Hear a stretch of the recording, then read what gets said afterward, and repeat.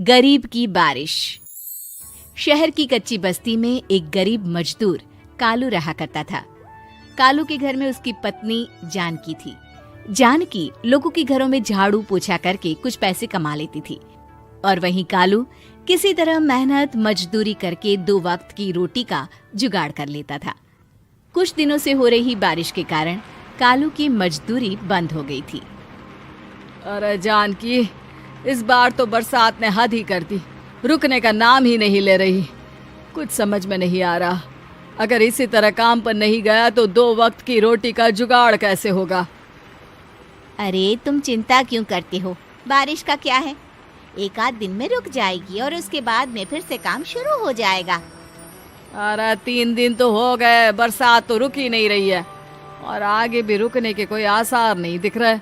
तो क्या हुआ, तुम्हारा काम बंद हुआ है ना? मैं तो अभी भी लोगों के घर झाड़ू पोछा करने जाती ही हूँ। मेरे पगार से कुछ दिन तो निकल ही जाएंगे। अरे घर का खर्चा तो हम किसी तरह चला लेंगे जानकी, लेकिन ये जो छत टपक रही है इसका क्या करेंगे? ये बात तो आपकी सही है। हमारी झोपड़ी अब काफी पुरानी हो चुकी है और इसके छप्पर में भी कई सारे छेद हो गए हैं। रात भर पानी टपकता रहता है। अरे मैं भी इसी बात से बहुत परेशान रहता हूँ। कहीं किसी दिन ज्यादा बारिश आ गई तो हमारी झोपड़ी टूटकर बिखर ना जाए। राम राम राम, ऐसी अशुभ बातें क्यों करते हो? अरे ऐसा कुछ नहीं होने वाला। ये झोपड़ी ही तो हमारा सब कुछ है। अगर यही नहीं रही तो हम जाएंगे कहाँ? ठीक है जानकी, जब तुम्हारी पगार मिल जाएगी तो कुछ पैसे बचाकर झोपड़ी के छप्पर की मरम्मत करवा लेंगे। शायद हमारी परेशानी कुछ कम हो जाए। ठीक है जी, अब ना ज्यादा परेशान मत हो। ये लो, खाना खा लो और सो जाओ।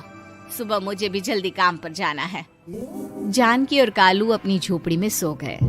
रात को अचानक से बहुत तेज बारिश शुरू हो गई। धीरे धीरे बारिश का पानी कालू की बस्ती में भरने लगा। पानी भरते भरते झोपड़ी के बाहर तक पहुंच गया था। सुबह के वक्त जब कालू और जानकी सोकर उठे, हे भगवान, ये क्या हो गया? बारिश का पानी तो हमारे घरों तक पहुंच चुका है। अब मैं काम पर कैसे जाऊंगी? रहने दो जानकी, तुम आज काम पर मत जाओ। ऐसे पानी से निकल कर जाओगी और बीमार पड़ गई तो लेने के देने पड़ जाएंगे। लेकिन अगर नहीं गई तो मालकिन लोग नाराज हो जाएंगे। आप जानते हैं ना, बड़ी मुश्किल से 1 दिन की छुट्टी भी नहीं देती है। अरे लेकिन जानकी, झोपड़ी के बाहर तो पूरी बस्ती में पानी भरा है, तुम जाओगी कैसे? जानकी जैसे तैसे करके काम पर चली जाती है, लेकिन अगले दिन फिर से बहुत ज्यादा बारिश होती है और बस्ती में ज्यादा पानी भर जाता है। आज तो मैं तुम्हें किसी भी तरह काम पर नहीं जाने दूंगा। अरे अगर तुम्हें कुछ हो गया तो क्या होगा? ठीक है, तुम ठीक ही कहते हो, आज नहीं जाती। अगर मालकिन नाराज हो गई तो मना लूंगी किसी तरह। अरे मनाने वाली क्या बात है? जब तुम बताओगी कि हमारी झोपड़ी में पानी भर गया है तो वो खुद ही समझ जाएंगे ना। अगले 2 दिन तक तेज बारिश होने की वजह से जानकी, कालू और आसपास की बस्ती में रहने वाले सभी लोगों के घरों में पानी भर जाता है, जिसकी वजह से जानकी काम पर नहीं जा पाती। और 3 दिन के बाद जैसे ही जानकी काम पर पहुंचती है, कहाँ थी तुम? पिछले 3 दिनों से काम पर क्यों नहीं आई? मेम साहब, क्या बताऊं, इतनी ज्यादा बारिश हो रही थी, हमारी पूरी बस्ती में पानी भर गया है और उससे भी ज्यादा तो मेरी झोपड़ी के अंदर पानी भर गया। आप ही बताइए कैसे आती मैं? इसका मतलब ये हुआ कि बारिश होगी तो तुम काम पर नहीं आओगी? ना ना, मेरे कहने का ये मतलब नहीं था मेम साहब। तुम जानती भी हो 3 दिन से कितनी परेशानी हो रही है मुझे। सारा काम मुझे खुद करना पड़ा। माफ कर दीजिए मालकिन जी, पर मैं क्या करती, आने के लिए रास्ता ही नहीं था, सब जगह पानी भरा हुआ था। बहाने तो तुझे बहुत बनाने आते हैं। जानकी देख, अगर अगली बार ऐसा किया ना तो फिर काम से हमेशा के लिए छुट्टी। अरे ना ना मालकिन, ऐसा मत कीजिए।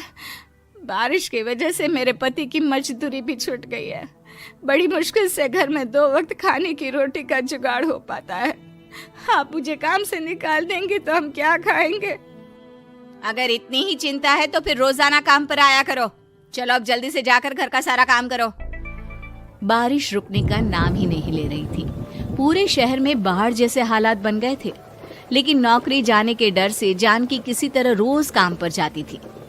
एक दिन जब जानकी काम करके अपने घर लौट आई तो अचानक उसकी बस्ती में कुछ लोगों का शोर सुनाई दिया। अरे लगता है बाहर कुछ हुआ है, मैं जाकर देखता हूँ। हाँ, पता तो कीजिए, ये बस्ती में लोग इतना शोर क्यों कर रहे हैं। बाहर जाकर कालू ने एक आदमी से पूछा, अरे क्या हुआ भाई, इतना शोर क्यों मचा रहा है? अरे क्या बताए भैया, अपनी बस्ती के बाहर एक पुल टूट गया है और वहाँ पर एक कार फंसी है।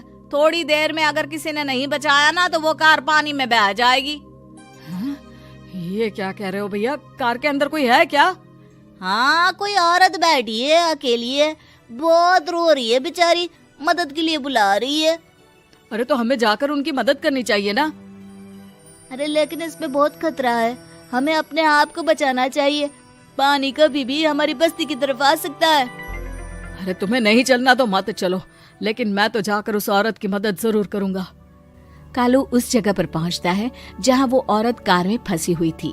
वहां पर पानी का बहाव बहुत तेज था और सारा पानी कालू की बस्ती की तरफ ही आ रहा था। कालू ने एक बड़ी सी रस्सी को पेड़ से बांध दिया और दूसरे सिरे को कार की तरफ फेंक दिया और उस औरत को रस्सी के सहारे बाहर आने के लिए कहा। तभी वहां जानकी भी दौड़ती हुई आई। अरे ये तो मेरी मालकिन है, जिनके यहाँ मैं काम करने जाती हूँ। अरे मैडम जी, आप डरिएगा मत, आपको कुछ नहीं होगा। आपकी गाड़ी को भी मैंने रस्सी से बांध दिया है। थोड़ी देर में पानी का बहाव कम हो जाएगा, फिर हम आपकी कार को भी बाहर निकाल लेंगे। क्या तुम जानकी के पति हो? हाँ, जानकी मेरी ही पत्नी है, आपके यहाँ काम करती है ना। लेकिन मेम साहब, आप यहाँ पानी में कैसे फंस गई? अब क्या बताऊं, मैं अपनी सहेलियों के साथ पिकनिक पर गई थी, वहीं से लौट रही थी। अचानक पानी का बहाव तेज हो गया और मेरी गाड़ी फंस गई। अरे कोई बात नहीं मालकिन, अब ना आप बिल्कुल सुरक्षित हैं। मैं तो बहुत बुरी तरह डर गई थी, कब से मदद के लिए चिल्ला रही थी, लेकिन कोई मेरी मदद के लिए नहीं आया। भला हो तुम्हारा पति का जिसने मेरी जान बचा ली। लेकिन जानकी, मैंने तुम्हारे साथ बहुत गलत व्यवहार किया। इतने खराब मौसम और बाढ़ में भी तुम्हें काम पर आने के लिए कहा, नौकरी से निकालने की धमकी भी दी, और तुमने मेरी जान बचाई। मुझे माफ कर दो। अरे कोई बात नहीं मालकिन, आपकी जान बचाना तो हमारा धर्म था। देखो जानकी, तुम्हारी झोपड़ी में जो भी नुकसान हुआ है उसके लिए मैं तुम्हें पैसे दूंगी। आज तुम्हारे पति ने मेरी जान बचाई है और आज के बाद मैं तुम्हें कभी भी नौकरी से निकालने की धमकी नहीं दूंगी। आज मैं तुम्हारी परेशानी को अच्छी तरह समझ चुकी हूँ। हम जैसे पैसे वाले लोगों के लिए अपने घर में बैठकर बारिश का मजा लेना बहुत आसान है, लेकिन तुम गरीब लोगों के लिए बाढ़ और बारिश काफी परेशानी खड़ी कर देते हैं। ये बात मुझे आज अच्छी तरह समझ आ गई है। आपका बहुत बहुत धन्यवाद मालकिन।